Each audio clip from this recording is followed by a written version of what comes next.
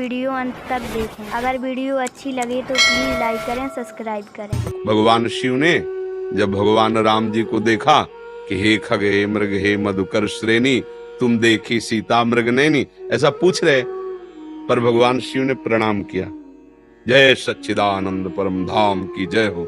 तो अंबा जी को लगा कि अगर ये सच्चिदानंद है तो वृक्षों से क्यों पूछ रहे हैं, खग मृग से क्यों पूछ रहे हैं कि मेरी सिया जी को देखा है क्या?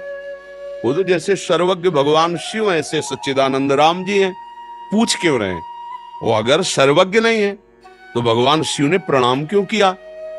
अस संशय मन भयौ अपारा, बार बार उस सोच पर वो संशय, उसका परिणाम ये हुआ कि भगवान शिव ने समझाया, एक तो प्राणपति हैं और जगत गुरु हैं, फिर भी संशय निवृत्त नहीं हुआ तो कहा जाओ परीक्षा ले लो, जाके तुम्हारा संशय रखना ठीक नहीं, परीक्षा ले लो। तो भगवती जी ने सोचा कि सीता जी की खोज कर रहे, अगर मैं सीता जी का रूप रख लूं तो एकदम कहेंगे हाँ सीते मिल गई, और अगर प्रभु हैं तो जान जाएंगे।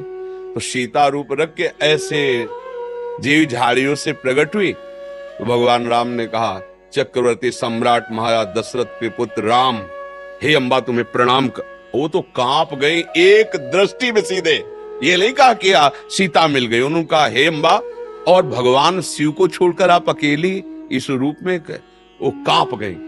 अब जब लौट के गई तो भगवान शिव ने कहा परीक्षा लिया, तो डर गई।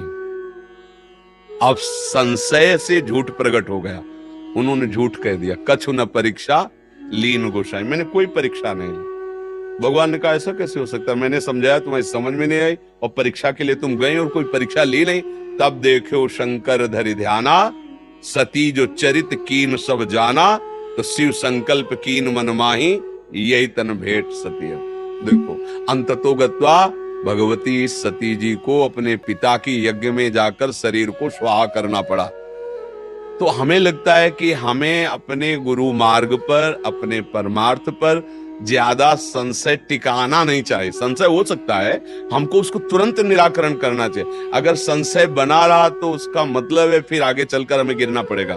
संशयात्मा विनश्यति, फिर वो हमारा कुछ न कुछ गड़बड़ करेगा। तो अपने को संतवाणी, गुरुवाणी, इसके अनुसार अपने हृदय को जल्दी से जल्दी एक निर्णय पर पहुंचा लेना चाहिए, संशय नहीं रखना चाहिए। तो हमारी राय तो ये है कि जब हम प्रभु की आराधना करते हैं तो हमको जहां चाहते हैं वहां पहुंचा देते हैं, वही गुरु रूप से मिलते हैं और वही हमको इष्ट रूप से मिलते हैं, तो वही प्रेरणा करते हैं, वही मार्ग दे देते हैं।